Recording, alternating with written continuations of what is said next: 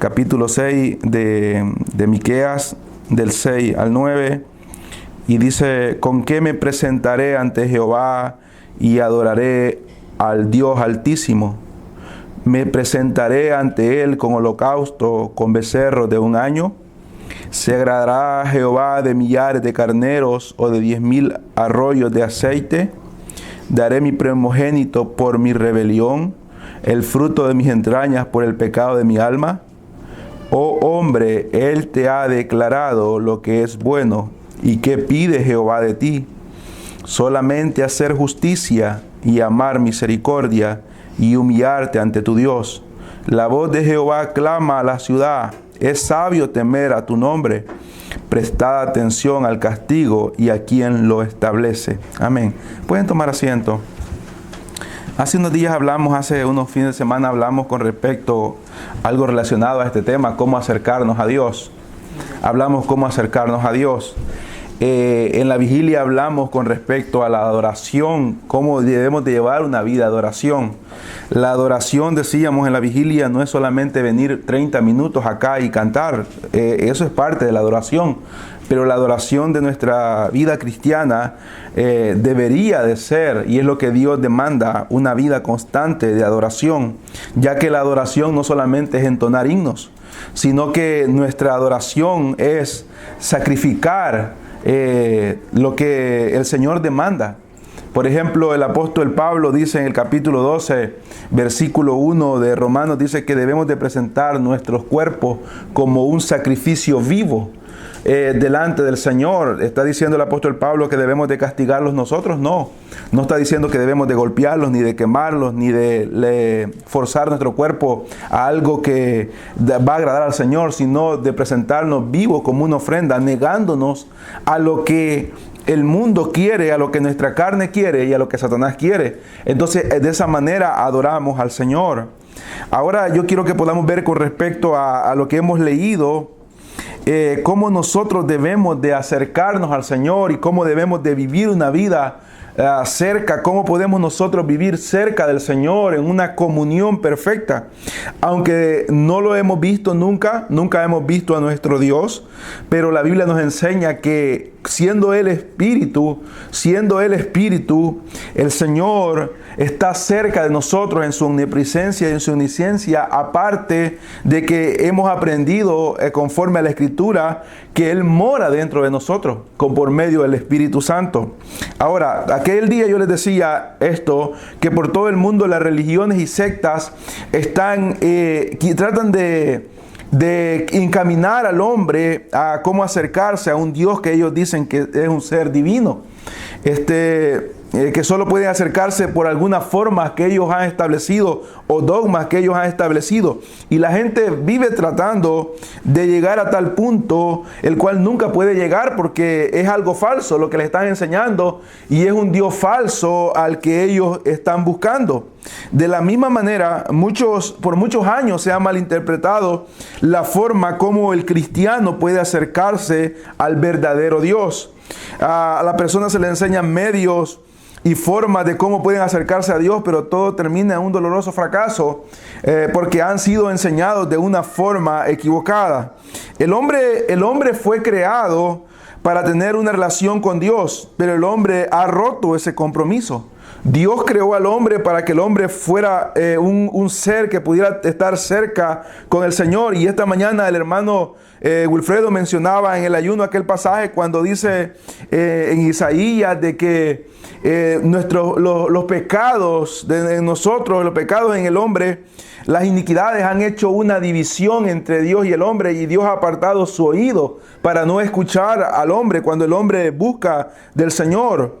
Entonces el hombre solamente puede acercarse de una manera, y la única manera es que él puede acercarse es obedeciendo a lo que Dios demanda. Dios mismo nos enseña por medio de su palabra cuál es la forma correcta para poder acercarse a Él. Mire lo que nosotros estamos leyendo en este capítulo. En el capítulo 6, Miqueas hace una pregunta, y la pregunta que el profeta Miqueas hace es: ¿con qué me presentaré ante Jehová y adoraré al Dios Altísimo? Pregunta él. Miqueas pregunta, ¿de qué forma yo me presentaré ante Jehová y daré una adoración o un culto de adoración con lo que yo llegue delante de Él? ¿Qué es lo que me permitirá el poderme acercar delante de Él y ser aceptado delante de Dios y que Dios pueda extender su cetro de gracia a mí y decir que soy acepto cuando llegue delante de su presencia? Y el profeta primero pregunta algo que el Señor instituyó en el Antiguo Testamento. Él pregunta, ¿me presentaré ante Él con holocaustos, con becerros de un año? El Señor había instituido esto en el Antiguo Testamento y había pedido que el pueblo pudiera acercarse a Él con ofrendas, y una de las ofrendas que el pueblo ofrecía cuando había pecado eran becerros de un año nacido, y decía que debía ser perfecto, pero el pueblo se desvió y el Señor vio aquello que el pueblo hacía, lo hacía solamente por un compromiso humano y que su corazón no era cambiado. Entonces el versículo 7 dice que aunque multiplicaran este tipo de ofrenda, y dice, se agradará Jehová de millares de carneros, no solamente de uno, sino que ahora dice miles. Si no acepta uno, ¿será que puedo convencer, está diciendo Miqueas, al Señor con miles de carneros o con 10,000 arroyos de aceite, que era lo que se ofrendaba para mantener las lámparas encendidas del tabernáculo? Y lo que hacían las naciones paganas alrededor de Israel, como los cananeos hacían esto, dice, daré mi primogénito por mi rebelión, el fruto de mis entrañas, está diciendo él, por el pecado de mi alma. Él pregunta esto, y el versículo 8, Dios da la respuesta por medio de su profeta. Y el profeta dice, oh hombre, Él te ha declarado lo que es bueno, y qué pide Jehová de ti. Y primero dice solamente hacer justicia y amar misericordia y a humillarte ante tu Dios. Esta es la forma como nosotros podemos acercarnos al Señor. Es la forma como el hombre puede acercarse al Señor. Es la única manera como un hombre o una mujer puede acercarse al Señor y vivir en una comunión con Dios. Ahora debemos de entender, interpretar conforme a la Biblia qué significa lo que está demandando. Porque dice que Él ha declarado lo que es bueno y que pide, primeramente pide hacer justicia. ¿Qué significa hacer justicia? ¿Qué es lo que significa hacer justicia? Bueno, lo que significa hacer justicia conforme a la Escritura, conforme a la palabra del Señor, es que Dios está demandando que para poderse acercar a Él, el hombre tiene que ser una persona justa. Tiene que ser una persona justa para poder vivir en una comunión con el Señor. Vamos a ver algunos versículos que nos enseñan qué significa ser justo. Por ejemplo, allá adelante, unas páginas adelante, después de Nahum, usted encuentra Abacú. Y Abacú dice el capítulo 2, un versículo muy usado y muy conocido. El versículo 4 da la descripción de los dos puntos que hemos visto. El Señor pide que sea una persona justa la que se acerca a Él, porque ha dicho en lo que hemos leído que demanda justicia. Dice solamente hacer justicia. Para hacer justicia tiene que ser una persona justa. Tiene que ser una persona justa. Y para ser una persona justa tiene que dejar de ser una persona injusta. Entonces el capítulo 2, versículo 4 dice, he aquí aquel cuya alma no es recta, o sea, alguien que practica la injusticia. Alguien que no es recto es alguien injusto, es alguien que tiene su alma injusta. Dice, se enorgullece, mas el justo por su fe vivirá. Mas el justo por su fe vivirá. Le voy a leer unos versículos más para que podamos ir viendo y luego ver lo que significa esto.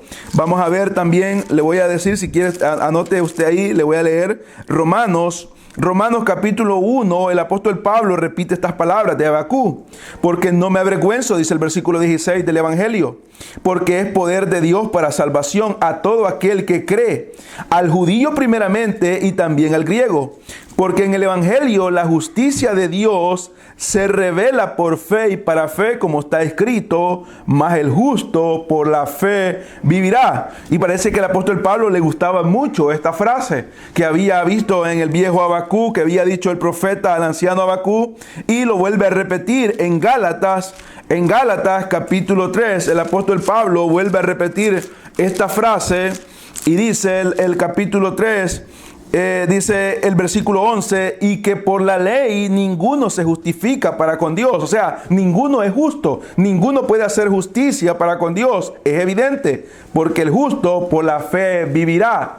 La mayoría de teólogos dicen que Pablo fue el que escribió Hebreos, la carta de los Hebreos. Y si fue él, vuelve a repetir en el capítulo 10 de Hebreos la misma frase. Y él dice en el capítulo 10 de Hebreos, versículo 35, dice: no perdáis pues vuestra confianza, que tiene grande galardón, porque os es necesaria la paciencia, para que habiendo hecho la voluntad de Dios, obtengáis la promesa. Porque aún un poquito y el que ha de venir vendrá y no tardará. ¿Y qué dice el 38? Mas el justo vivirá por fe. Vivirá por fe. Fíjese que yo escuchaba mucho este texto en el país de nosotros cuando yo estaba allá. Escuchaba esto. ¿Y quiénes lo decían? ¿Sabe quién lo decían? Usted sabe quién lo decían, ¿verdad? Los que estaban en una hamaca. Estaban en una hamaca meciéndose y habían hecho hasta un hoyo con el pie. Y se les decía que aquí había que buscar trabajo. Y ellos decían: mas el justo por la fe vivirá. Y yo escuchaba y creía, y a veces creo que hasta lo he repetido. Y tal vez para aconsejar antes a un hermano lo dije. Pero no tiene que ver con nada de alguien que tenga meses sin trabajar. Ninguno de los 4 textos que estamos viendo tiene que ver con comida, con techo, con vestuario o con cualquier otra cosa, calzado. Solamente tiene que ver con algo, y tiene que ver con vivir delante del Señor sin ser aniquilado por Él. Sin ser aniquilado por Él. Habacuc está diciendo, el Señor dice por medio de Habacuc: el justo vivirá por fe. Está diciendo: el injusto perecerá. El apóstol Pablo está diciendo que el evangelio es por fe, porque el justo vivirá por fe. El evangelio lo salvará de la condenación. En Gálatas dice también que por la ley nadie puede ser justificado, pero por el medio del evangelio, por medio de Cristo, el justo vivirá. Y en Hebreos dice también que los que pierdan la confianza y retrocedan serán condenados, caerán en la apostasía, pero el que vaya al frente vivirá por fe. Está hablando de la justicia. Entonces muchas veces se malinterpreta la escritura y a aquella persona se le dice: es hora de buscar trabajo. No me gusta el trabajo que hay. La palabra me dice a mí que el justo vivirá por fe. No tiene nada que ver con eso. No tiene nada que ver con eso. Está hablando de justicia que hace que el hombre viva en una vida agradable delante del Señor. ¿Por qué vivirá el justo? Porque ha dejado de ser injusto. Veamos cómo esto funciona. Romanos capítulo 5. Romanos capítulo 5 nos enseña. Romanos capítulo 5 nos enseña. El capítulo 5 de Romanos nos dice qué es lo que ha sucedido. Y dice el versículo 1. Justificados pues por la fe tenemos paz para con Dios. Justificados pues por la fe tenemos paz para con Dios. ¿Por qué el apóstol Pablo ha dicho esto? ¿Por qué el apóstol Pablo ha dicho esto? Porque le ha escrito y él ha descrito que Dios es un Dios justo en los versículos anteriores, como lo vimos anoche, y que el hombre es injusto. Ayer lo leímos. ¿Qué dice el apóstol Pablo? En el capítulo 3 de Romanos dice: ¿qué pues somos nosotros mejores que ellos? En ninguna manera. Pues ya hemos acusado a judíos, a gentiles, que todos están bajo el pecado. Como está escrito: no hay justo ni aún uno. Pero hemos leído en Habacuc que el justo por la fe vivirá. Y hemos leído en Romanos, Gálatas, hemos leído en Hebreos que por justo por la fe vivirá. Pero está diciendo el apóstol Pablo que no hay ni uno. O sea, no había ninguno. No hay quien entienda, no hay quien busque a Dios. Todos se desviaron, a unas se hicieron inútiles. No hay quien haga lo bueno, no hay ni siquiera uno. ¿Y cómo describe el apóstol Pablo la condición de la persona? Dice: sepulcro abierto es su garganta, solamente hay muerte en nuestra boca, maldición y todo. Con su lengua son mentirosos, engañan, veneno de serpientes hay en sus labios, su boca está llena de maldición y de amargura. amargura, sus pies se apresuran para derramar sangre, quebranto y desventura hay en sus caminos, y no conocieron camino de paz. No hay temor de Dios delante de sus ojos, pero sabemos que todo lo que la ley dice, lo dice a los que están bajo la ley, para que toda boca se cierre y todo el mundo quede bajo el juicio de Dios. Ya que por las obras de la ley, ningún ser humano será justificado, o sea, ningún ser humano será justo y no podrá practicar la justicia delante de él, porque por medio de la ley es el conocimiento del pecado. Entonces el apóstol Pablo dice en el 21, pero ahora aparte de la ley se ha manifestado la justicia de Dios por la ley y por los profetas, la justicia de Dios por medio de la fe en Jesucristo para todos los que creen en él, porque no hay diferencia. Entonces el 5 da el resultado de todo esto, y el 5 dice, capítulo 5, versículo 1, justificados pues por la fe, ¿qué sucede? Hemos dejado de ser injustos. Ya no estamos, el cristiano, el hombre, deja de ser lo que ha dicho el versículo 9 del capítulo 3 al 20 y ha pasado a lo que es el capítulo 5 versículo 1 y dice, ya no somos lo que antes éramos, ya no estamos que no entendemos con respecto a Dios, ya no somos los que no buscan a Dios, ya no somos los que solamente tenemos la boca como un sepulcro abierto, ya no somos como serpientes, ya nuestros pies no se apresuran para hacer lo malo, ya no hay amargura en nuestro corazón, ahora conocemos el camino de paz. ¿Por qué? Porque hemos sido justificados pues por la fe. Entonces, ¿cuál es el resultado? El resultado es que viene una paz, y la paz comienza ¿con quién? Con Dios. Y si usted está en paz con Dios, el capítulo de Isaías que leyó el hermano ahora, que dice que el Señor, hay una división entre el Señor y el hombre, ha sido roto para nosotros. Ya ese capítulo ya no es efectivo para nosotros, ya no es efectivo para el cristiano. Es vivo porque es la palabra del Señor, pero ya no es para ningún cristiano. ¿Por qué? Porque el Señor ya no aparta el oído, sino que él dice el Salmo y Proverbios que el oído está inclinado a la oración del justo.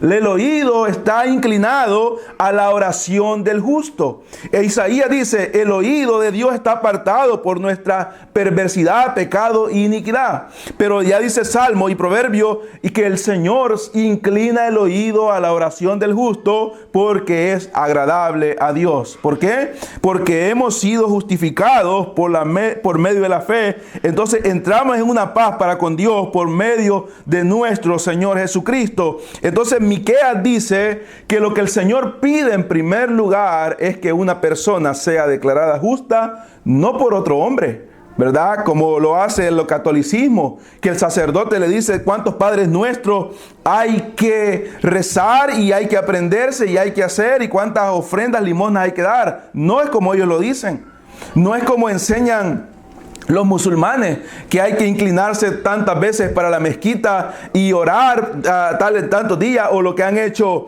este mes, del mes de Ramadán, que ayunan 31 días ellos de 6 de la mañana a 5 de la tarde, y eso les ayuda a acercarse, dicen ellos, a Alá. No es eso lo que Dios demanda, no es un hombre que justifica. ¿Quién es el que justifica? Dice que quien justifica es Dios. Él justifica. Él justifica al pecador. Entonces el hombre puede presentarse justo. ¿Cómo esto comienza? Veamos cómo esto comienza. Ahí mismo en Romanos, capítulo 4. ¿Qué pues diremos que halló Abraham, nuestro padre, según la carne? Aquí vamos a entender lo que está diciendo Miqueas en los versículos anteriores, cuando dice si vendremos con carneros, con aceite. ¿Qué pues diremos que halló Abraham, nuestro padre, según la carne? Porque si Abraham fue justificado por las obras, también tiene de qué gloriarse, pero no para con Dios. Porque, ¿qué dice la Escritura? Creyó Abraham a Dios y le fue contado por justicia. Pero al que obra no se le cuenta el salario como gracia, sino como deuda. Mas al que no obra, sino que cree aquel que justifica al impío, su fe le es contada por justicia. Y dice el versículo 6, como también David habla de la bienaventuranza del hombre a quien Dios atribuye justicia sin obras, diciendo, bienaventurados aquellos cuyas iniquidades son perdonadas y cuyos pecados son cubiertos. Bienaventurado el varón a quien el Señor no inculpa de pecado. Bienaventurado al varón a quien el Señor no inculpa de pecado. Está diciendo el apóstol Pablo, Abraham pudo haber hecho muchas cosas por medio de las obras de la carne, pudo haber hecho muchas cosas, pero eso no hacía nada aprobado delante de Dios. Miqueas ha dicho que podemos ofrecer carneros, aceite, y eso no hace nada acepto delante del Señor. Mire, muchas personas podemos vivir el Evangelio creyendo que estamos agradando al Señor solamente por lo que hacemos para Él. Muchas personas podemos vivir el Evangelio toda una vida de cristianismo autoengañándonos, creyendo que lo que estamos haciendo para el Señor nos acerca a Dios, y muchas veces en vez de acercarnos nos aleja más de Él. ¿Por qué? Porque Él conoce nuestros corazones. Él conoce el corazón de cada uno de nosotros y sabe muy bien quiénes nosotros somos, y sabe muy bien si lo hacemos con amor. Sabe muy bien si lo hacemos con amor, sabe muy bien si lo hacemos con verdadera convicción, sabe muy bien si nosotros de verdad estamos gozosos con lo que estamos haciendo, si de verdad estamos contentos con lo que estamos haciendo. Entonces acá vemos cuál es lo que debemos nosotros hacer para verdaderamente acercarnos al Señor. ¿Sabe qué es lo que debemos de hacer? Lo que Abraham hizo. ¿Y qué fue lo que Abraham hizo? Abraham creyó. Dice que Abraham, ¿qué pues diremos que halló Abraham nuestro padre según la carne? Porque si Abraham fue justificado por las obras, tiene que gloriarse, pero no para con Dios. Porque dice la Escritura, creyó Abraham a Dios y le fue contado por justicia. Ahora la pregunta para nosotros es, ¿creemos de verdad a Dios? ¿Creemos lo que Dios dice de Él? ¿Creemos lo que Dios dice de nosotros? ¿Creemos lo que Dios dice que ha preparado, lo que hará con cada uno de aquellos que se rebelan en contra de Él, y lo que hará con aquellos que le obedecen? Porque si no creemos a lo que la palabra dice y solamente venimos por venir a la iglesia y solamente estamos en la iglesia por estar y estamos haciendo todo lo que hacemos, el esfuerzo y el desgasto que tenemos físico es un desgasto vano que no sirve de nada delante de Dios. Porque Santiago dice que nosotros debemos de hacer obras, pero las obras deben de ser, antes tiene que haber fe para que nosotros podamos obrar. Porque si tenemos obras y sin fe, o decimos que tenemos fe y no tenemos obras, o sea, frutos que demuestren que de verdad hemos creído, no somos mejor que los demonios. Porque los demonios dicen creer, y tiemblan también, pero no son salvos. No son salvos. El Evangelio no tiene un propósito de entretenernos a nosotros, ni tampoco tiene un propósito de cansarnos por cansarnos. Dios no quiere que nosotros nos cansemos viniendo miércoles, viniendo jueves, viniendo sábado, viniendo domingo. Dios no quiere nada de eso. Dios no quiere que nos desgastemos yendo a evangelizar el viernes solamente por hacerlo. Dios no quiere que nos desgastemos por venir y estar aquí a la hora e irnos tarde. Dios no quiere que estemos haciendo ese tipo de cosas. Dios quiere que de verdad le creamos. Él quiere que de verdad creamos dentro de nuestro corazón que Él es real. Él quiere que nosotros creamos dentro de nuestro corazón que un día Él vendrá y recompensará a cada uno de nosotros. Él quiere que nosotros creamos que un día moriremos, pero resucitaremos. Él quiere que nosotros creamos que sin santidad nadie verá al Señor. Él quiere que creamos esto, y cuando el hombre cree esto, aunque nunca tenga un solo privilegio en la iglesia, pero cree esto, se le cuenta por justicia. Se le es contado por justicia. Abraham creyó y solamente fue lo único que tuvo que hacer. Abraham creyó, a Abraham se le dijo, vete de tu tierra y de tu parentela. Salieron caminando con su padre murió en el camino, pero él no se detuvo. Dios se le apareció y le dijo, vete. No fue que vio a Dios, escuchó, Dios le habló y le dijo, vete en ese momento. Más adelante él tiene un encuentro con Dios, y nosotros lo hemos visto antes de destruir Sodoma y Gomorra, que platica con él y todo, y se encuentran en la tienda, pero Abraham creyó. Entonces dice que creyó y se le contó por justicia, o sea, fue declarado justo. Fue declarado justo. Y eso es lo que dice Miqueas. ¿Qué es lo que dice Miqueas? Miqueas dice que debemos de acercarnos con justicia. ¿Cómo comienza la justicia? Creyéndole a Dios. Creyéndole a Dios comienza la justicia. Creyéndole a Dios. Ahora, lo segundo que Miqueas dice no se puede hacer sino primero. ¿Qué es lo que Miqueas dice según lo que hemos leído? Dice el capítulo 6, el versículo que leímos, el versículo 8, dice él solamente hacer justicia.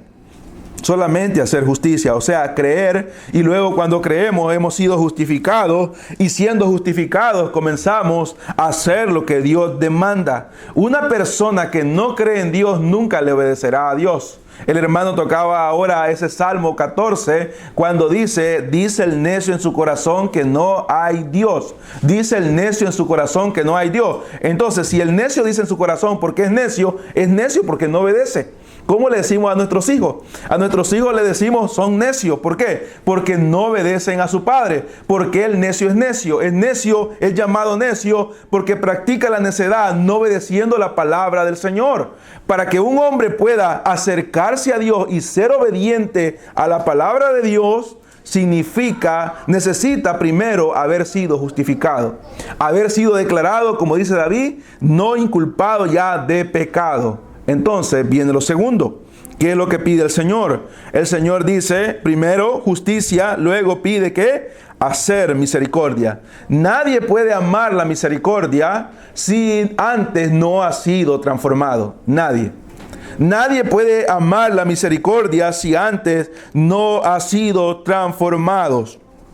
El Señor, hemos visto un atributo, Él es misericordioso y Él quiere que nosotros seamos misericordiosos. Nunca seremos misericordiosos como Él, pero quiere que tengamos nosotros misericordia en nuestra vida y que la podamos amar. Una persona que ha sido justificada y ha sido transformada, su nueva naturaleza hace que haga la voluntad de Dios. Y entonces vemos lo que dice Mateo capítulo 5, en el sermón de la bienaventuranza, en el sermón del monte, dice la bienaventuranza, el capítulo 5 nos dice que hay una bienaventuranza para aquel que obedece esto. Bienaventurado, hay una bienaventuranza el que obedece, porque dice que bienaventurados los misericordiosos, porque ellos alcanzarán misericordia.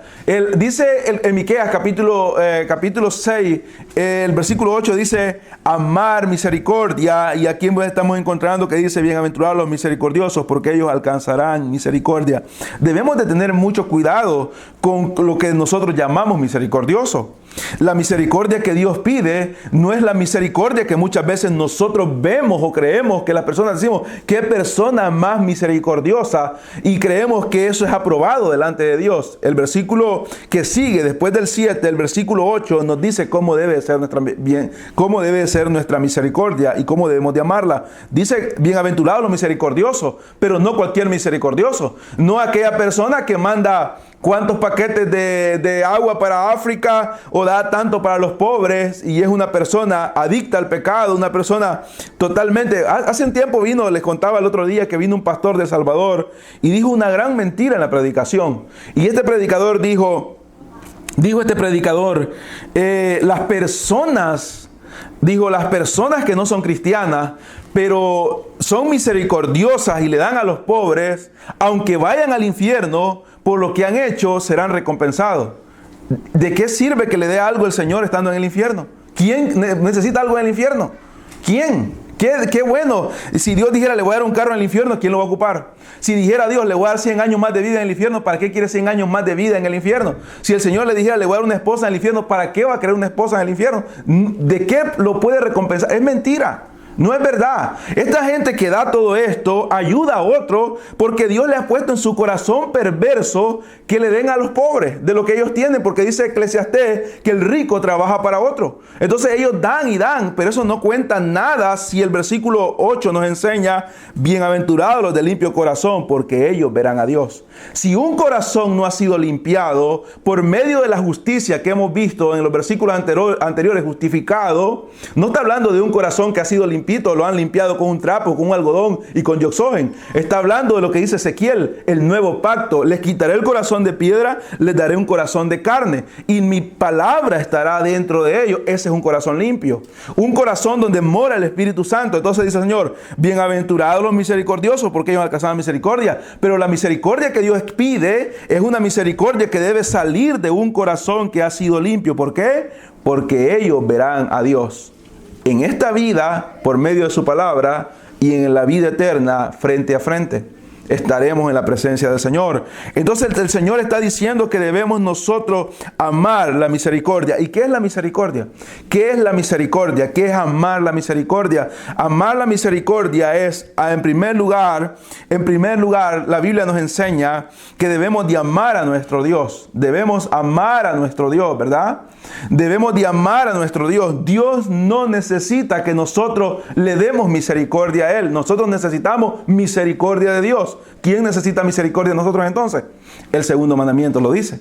El segundo mandamiento dice que amarás a tu prójimo como a ti mismo. Le preguntaron al Señor, ¿quién es mi prójimo? ¿Quién es mi prójimo? Aquel quería escuchar que su prójimo era su pariente, lo más cercano. Pero el Señor fue allá y le dijo a aquellos que y dio la enseñanza con respecto al samaritano y a los judíos, cómo lo despreciaron, y el samaritano cómo tuvo misericordia de aquel judío que había sido golpeado. Entonces, ¿quién es nuestro prójimo? Todos aquellos que están a nuestro alrededor, no solamente el que está en la iglesia, no solamente el que está en la iglesia, sino los que están afuera. Pero el apóstol Pablo dice, mayormente ser caritativos con los de la iglesia, con los hermanos, con los que están cerca, con los que están cerca.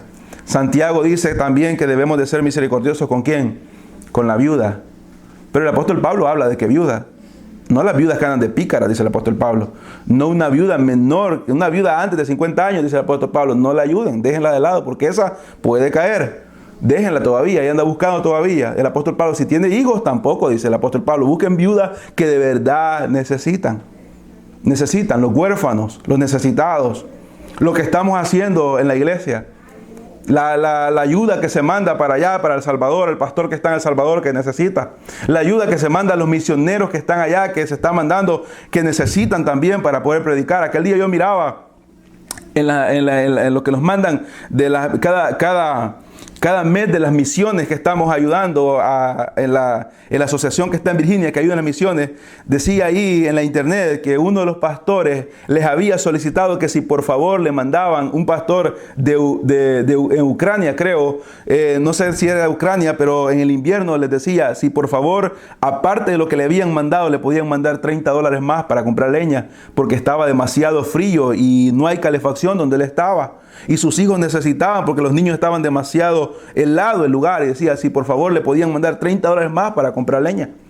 De lo que nosotros mandamos, de que cada iglesia manda, está siendo dado a esos lugares. ¿Para qué? Para poder dar y poder predicar el mensaje del Evangelio. El mensaje del Evangelio. Hay niños en esos países que nosotros nunca los vamos a escuchar, nunca los vamos a conocer. Pero el mayor regalo que nosotros, la misericordia que nosotros podemos mostrar, es orar por ellos. Pero no solamente orar, sino dar para que esos niños escuchen el mensaje del Evangelio. Es la mayor muestra de misericordia. Es la mayor muestra de misericordia. Entonces, ¿cómo vamos a ser nosotros misericordiosos?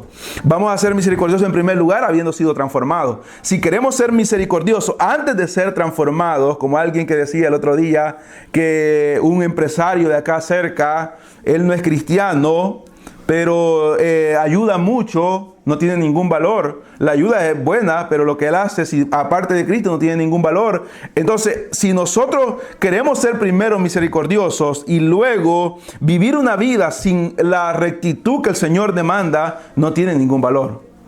Pero si nosotros hacemos la voluntad del Señor bajo la justicia que Él ha dado por medio de los méritos de Cristo, la justicia que ha sido imputada en nosotros, no una justicia que nos pertenece, sino que ha sido dada de parte de Dios, y comenzamos a ser misericordiosos, a amar la misericordia, ¿qué significa?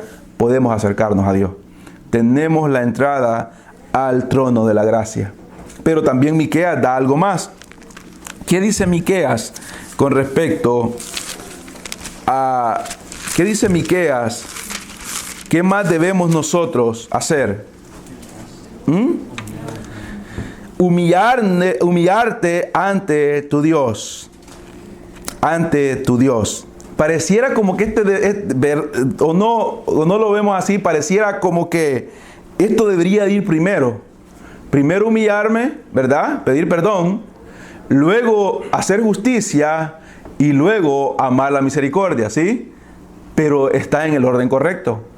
Porque hay muchas veces nosotros creemos que con el hecho de solamente una vez haber pasado al frente o haber pedido perdón, nuestra vida ya está libre de todo y debemos de vivir como debemos de vivir, y ya nosotros, y ahí aquella errónea enseñanza, herejía, salvo siempre salvo.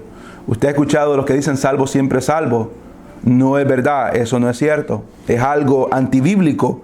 Aquí nos está diciendo que debemos nosotros primero hacer justicia. Somos justificados. Luego vivir una vida de amar a nuestro prójimo y vivir haciendo misericordia para con nuestro prójimo, para con los demás, para con nuestros enemigos. El Señor enseña eso, que debemos de amar aún a nuestros enemigos. Entonces, para podernos acercar al Señor, debemos de vivir una vida de humillación diaria. Yo le pregunto, sinceramente, los que estamos en este lugar, que tenemos ya un tiempo de ser cristianos, esta mañana estuvimos en un ayuno, algunos pocos estuvimos en un ayuno, pero ¿tiene necesidad de humillarse delante de Dios usted esta noche? Sí. Muchos cristianos creen que no. Muchos cristianos se creen demasiado buenos y demasiado perfectos, que creen que no necesitan humillarse esta noche. ¿Qué está diciendo acá? Está diciendo que debemos de humillarnos delante de Dios. Ya hemos sido justificados. Está diciendo justicia, amor a los demás, y vivir humillado cada día delante del Señor. ¿Qué es lo que el apóstol Pablo dice? Yo, Pablo, siervo de Jesucristo. ¿Qué está diciendo el apóstol Pablo? Yo, Pablo, esclavo de Jesucristo. Esclavo de Jesucristo. Es lo que el apóstol Pablo está diciendo. Esa palabra siervo significa esclavo. Pero la palabra que el apóstol Pablo enseña ahí es la que nosotros encontramos en el libro de Números, cuando dice que aquel esclavo, que el amo le diga, vete ya serviste como esclavo, tienes que irte. Pero el esclavo le dice, no quiero irme, yo te amo. He aprendido a amarte como mi amo. Quiero quedarme. ¿Qué decía el Señor que tenía que hacer? El amo lo agarraba, le ponía la mano en el pecho, lo topaba a la mocheta, que nosotros le decimos, a la puerta, y le puyaba la oreja con una lesna. Le puyaba aquí. Eso significaba, vas a ser mi esclavo, no por dinero, no por comida, aunque se le daba la comida y lo que necesitaba, lo vas a hacer por voluntad. Y él era esclavo hasta la muerte. Es lo que Pablo está diciendo. Yo soy esclavo de Jesucristo. ¿Qué está diciendo el apóstol Pablo? Siempre voy a vivir humillado delante de él. Un esclavo nunca le va a gritar a su amo. Un esclavo nunca va a exigir. Un esclavo nunca iba a pedir más. Incluso el esclavo no tenía zapatos. Por eso es que el padre dijo, pónganle calzado al hijo pródigo, porque cuando regresó el hijo pródigo dijo, voy a ser como uno de los siervos de mi padre, y él dijo, no merezco nada. La señal de un esclavo en aquel tiempo era que andaba descalzo, trabajaba descalzo, pero la señal de un hijo es que andaba un anillo y andaba calzado, siempre andaba calzado. Entonces el apóstol Pablo dice, yo quiero ser un esclavo, quiero vivir día con día humillado delante del Señor. ¿Por qué? Porque no merezco lo que tengo. Mire lo que dice el apóstol Pablo en Primera de Corintios. Primera de Corintios.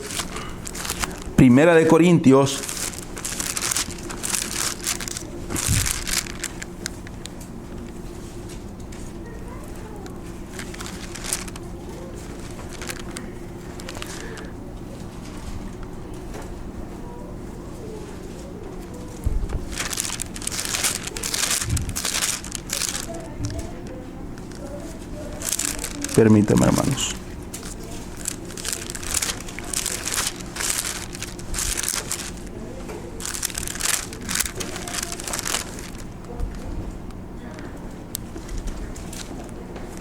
Se me fue la cita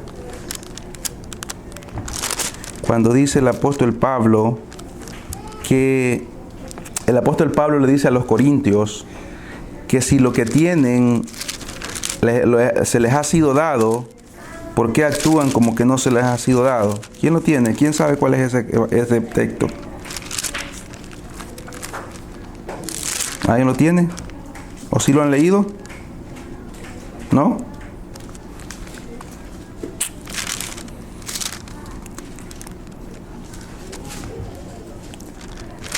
Por eso es bueno anotar, porque ya la mente no da.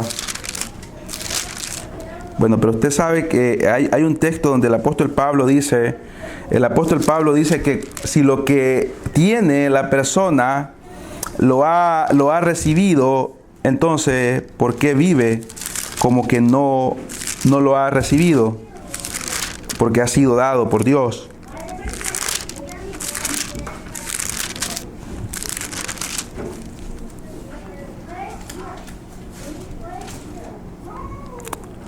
Bueno, no lo tengo aquí en este momento.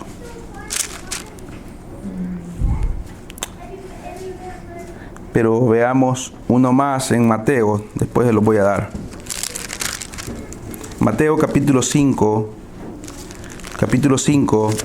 en la bienaventuranza nuevamente, el capítulo 5 de Mateo dice, el versículo 3 dice, bienaventurados los pobres en espíritu, porque de ellos es el reino de los cielos. Bienaventurados los pobres en espíritu. Un pobre en espíritu, por ejemplo, un pobre, alguien que está pidiendo, pide misericordia, pide porque necesita, vive humillado. Para poder pedir, hermano, hay que humillarse, ¿sí? Para poder pedir, si tuviera la necesidad yo y no hubiera nada, lo tendría que hacer, pero sinceramente me daría pena. Me daría pena que me vieran la gente y dijeran, aquí está pidiendo. Aunque quizás lo haría en un momento de necesidad por mi familia. Y usted también quizás lo haría, de pedir en vez de robar, ¿verdad? Pero hay que ser pobre para poder pedir, vivir en humillación. Entonces aquí está diciendo el Señor que son bienaventurados los pobres. Es pobre en espíritu. ¿Por qué? Porque de ellos es el reino de los cielos. Una persona que vive humillada delante del Señor cada día es una persona que es pobre en espíritu y vive en humillación a diario. Ahora, otro pasaje que tenemos también que para que apoyemos esto es Primera de Juan. Primera de Juan, y con esto vamos a ir terminando. Primera de Juan, capítulo 2, el versículo 1 de Primera de Juan. El apóstol Juan dice, hijitos míos, estas cosas os escribo para que no pequéis. Y si alguno hubiere pecado, abogado tenemos para con el Padre, a Jesucristo el justo. Esto dice el apóstol Juan, lo he escrito con la intención de que no pequen, porque la voluntad de Dios es que no pequen. Pero Dios sabe muy bien que pecamos. Pero ¿quién de nosotros va a haber hecho algo malo y llegaría con renuencia delante de Dios, arrodillado, a decirle a Dios, hice esto porque tú lo permitiste? Como un pastor decía el otro día, decía el pastor, a mí yo me he casado 5 veces, dice, y me critican porque me he casado 4 o 5 veces, dice él, pero yo no tengo culpa de ser así. Dios me hizo de la manera que soy. No es verdad. No es verdad lo que está diciendo. No hay una humillación. La humillación es que si nosotros hemos fallado este día, hemos visto algo indebido, hemos pensado, nos hemos enojado, nos hemos airado, hemos envidiado, hemos codiciado lo de nuestro prójimo, hemos dicho una palabra deshonesta, una palabra malcriada, hemos aún no leído la Biblia en este día, no orado. Dice que el que sabe hacer lo bueno y no lo hace, será contado por pecado. ¿Cómo debemos de ser nuestra actitud delante del Señor? Venir en humillación. ¿Qué quiere decir? Todos los días pecamos, hermano. Todos los días pecamos.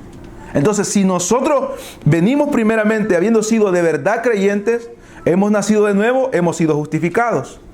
Estamos queriendo amar aún a nuestros enemigos, pidiendo por ellos, luchando para amar a nuestro prójimo, amarnos como el cristiano acá, tratar de dar para la obra del Señor, dar para el necesitado, para aquel que necesita, y lo hacemos no con tristeza, dice el apóstol Pablo, sino con alegría. No porque solamente vemos la necesidad de aquel, sino que lo hacemos con alegría de corazón por lo que estamos haciendo. Entonces, y luego vivimos una vida de humillación cada día, diciéndole al Señor, perdónanos por lo que hemos hecho este día. ¿Sabe qué? Podemos acercarnos al Señor todos los días. Todos los días. El problema de los fariseos era ese. El problema de los fariseos es que ellos querían acercarse a Dios solamente por medio de las cosas externas. Ellos hacían un montón de rituales. Andaban vestidos de una forma única, oraban fuerte en las esquinas, se lavaban las manos un montón de veces, andaban la ley acá en la frente, la andaban amarrada en la frente, la andaban amarrada aquí, todavía la andan ellos tocando a cada rato, la andan entre medio, la ponían en la puerta, clavada en la puerta, en unas cositas así, la metían ahí y tenían la ley, decían, y hacían todo eso, pero nunca habían sido justificados. No amaban a su prójimo, no amaban. Es más, odiaban. La prueba más grande es que mataron a Dios. Lo mataron en la cruz. Ellos fueron los que pidieron que lo mataran. Y lo tercero es que nunca se humillaban. Nunca se humillaban delante de nadie. Nunca. Ni delante de Dios.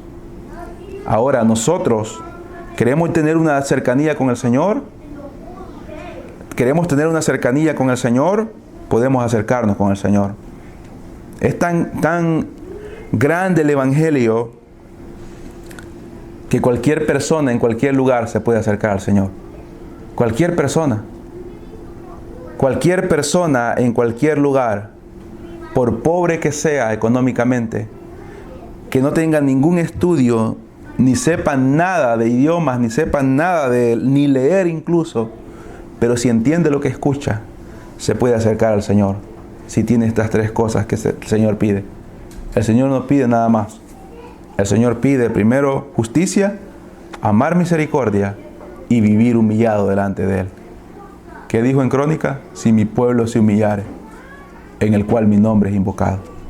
Debemos de vivir en esa condición cada día, reconociendo lo que nosotros somos y reconociendo quién es Dios. Nosotros somos pecadores, Él es santo y justo. Vamos a orar. Padre, buen Dios que está en los cielos, gracias, oh Señor, por su misericordia. Gracias, oh Señor, por su bondad. Permítenos, oh Señor, que podamos meditar en su palabra. Ayúdenos a ser verdaderos cristianos, Señor. Ayúdenos a amarle de verdad. Ayúdenos a vivir cada día amando la misericordia, Señor, queriendo ayudar a otros, queriendo dar, Señor, en vez de recibir, queriendo proveer para otros en vez, Señor, que nos den a nosotros, Señor. Señor, que podamos, Padre, cada día vivir humillándonos, Señor. Que nuestro corazón nos reprenda cada día, Señor. Que tu Espíritu Santo cada día nos reprenda y nos haga ver, Señor, que hemos fallado y que podamos humillarnos delante de usted.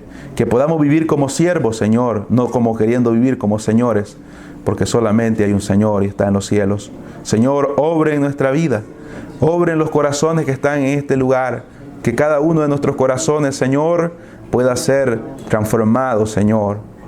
Usted ha comenzado la buena obra, Padre.